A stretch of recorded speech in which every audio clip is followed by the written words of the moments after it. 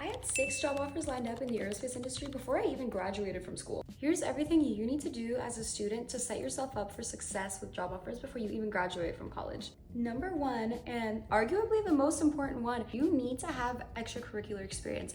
A degree doesn't mean shit these days. Everyone and their mothers has a degree. If you don't do any extracurriculars, what sets you apart from any other person that applies? Everyone has a degree. That is the bare minimum for a job. So you need to do a student team, a club, whatever it may be. Personally, I devoted like 60 hours a week. Yes, that is literally more than I work in my full-time job for 2 years to my propulsion lab on campus, where I basically tested rocket engines. That looks great on a resume. Second thing I did was obviously have a good resume. And I know this goes without saying, but you would not believe how many shitty resumes I have read in my life. You just saying, I fired a rocket engine in my lab.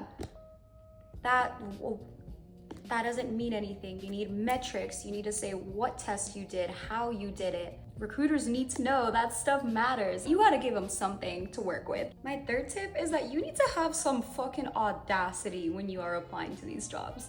The job that I had now quite literally said 2 to 5 years experience. I got this job when I was still in school, AKA you do not know what a specific team or manager is looking for. A job description is way too fucking broad to even know what you're gonna be doing. So if you're already like psyching yourself out because the job description says someone should have this experience and you don't, you're already gonna not apply.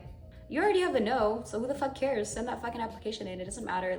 My next tip is to not be a fucking square. If you and someone else have the exact same knowledge, but you're about as exciting as a slice of wet bread and the other person is outgoing and bubbly and whatever, who do you think they're gonna go with? Like sometimes it does come down to a vibe check to see if you would fit in personality wise with who your team would be. And that's just the truth.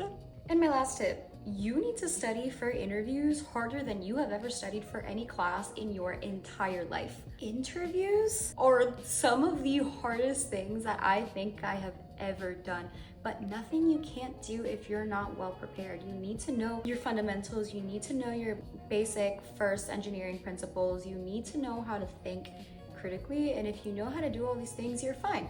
And if you don't, it's okay. You can teach yourself. I didn't know any of these things when I first started either. You have to study. You cannot walk into it. This is not something you can fucking wing.